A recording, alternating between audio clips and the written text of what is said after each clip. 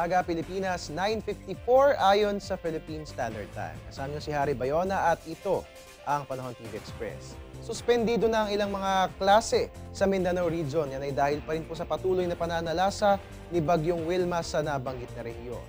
Kanselado na nga po ang preschool classes sa Surigao City, maging ang preschool classes sa Dinagat Islands. Ayon kay Dinagat Islands PDRRMO Officer Rosario Inday Rojas, pinag-aaralan pa nila kung sususpindihin na rin ba ngayong hapon ang klase sa elementarya kung kaya't manatiling nakatutok sa ating mga balita. Samantala mga kabayan, dahil nga po nasa loob na po ng Philippine Area of Responsibility ito si Bagyong Wilma, mahalagang malaman po natin ano nga kaya nga asang lagay ng panahon for the next 3 days. Silipin po natin yan sa tulong ng 3-day weather forecast ng Pag-asa.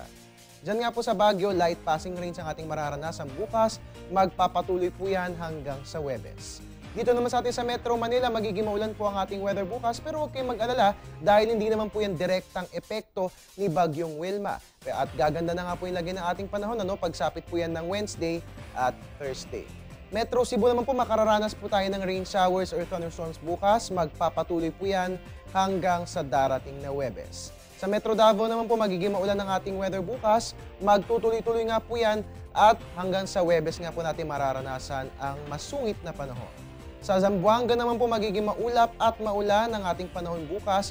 Magtutuloy-tuloy po ang rainy weather na sa Thursday kung kaya't dalhin po natin palagi ang ating mga payong. At yan nga pong 3-day weather forecast natin sa atin ng Pag-asa. Magbabalik ang ating ulat panahon makalipas ang isang paalala. Teng, ang package. Ma'am, sabi ng Air 21 on the road na. Ano, Teng? Ang package. Ma'am, sabi ng Air 21 na receive na. Okay, very good.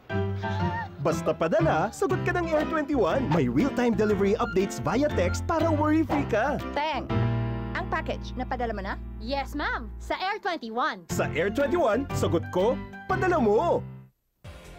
At yan po muna ang latest mula rito sa Pag-asa DOST. Kababayan, para mag-updated tayo palagi sa lagay ni Bagyong Wilma, i-like niyo po ang ating Facebook page or you can also follow us on Twitter at Panahon TV. And of course, welcome lahat sa ating website na www.panahon.tv. Dahil dito lang po yan sa ating programa, walang pinipiling panahon ang pagbibigay impormasyon. Ako po yung weatherman, Harry Bayona, nagpapaalalang tiwala lang, may tamang panahon ang bawat pagkakataon. Diyos maray na aga sa inyo, Gabos.